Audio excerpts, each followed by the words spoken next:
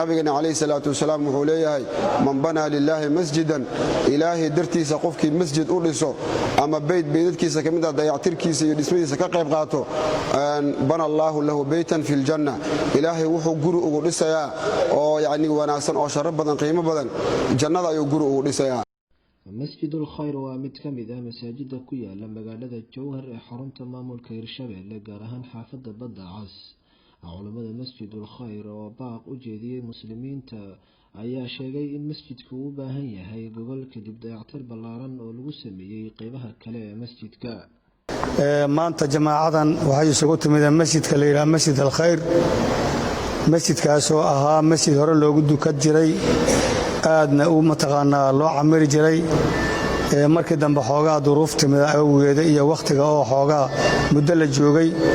masjidkii waxa ku yimid lamayeeriga burbura ku yimiday waxa kale todo burburay kibiskiisa ayaa burburay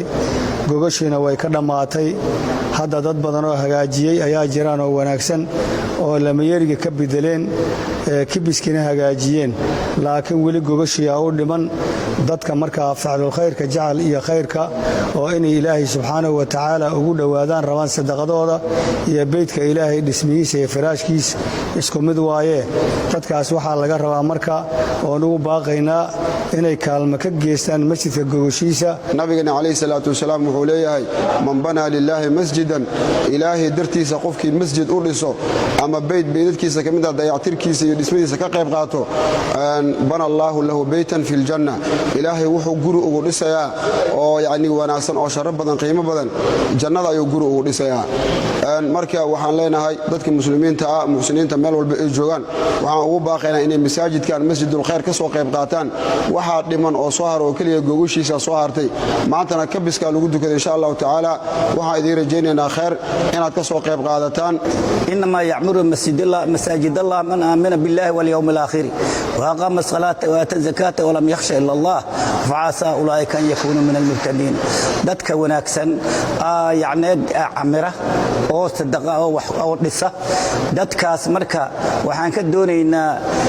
gogoshi la dhigi lahay ilaahay idinkiis marka khayr Allah idin siiyo ilaahay idinkiis inaan nasiisi inaan noogu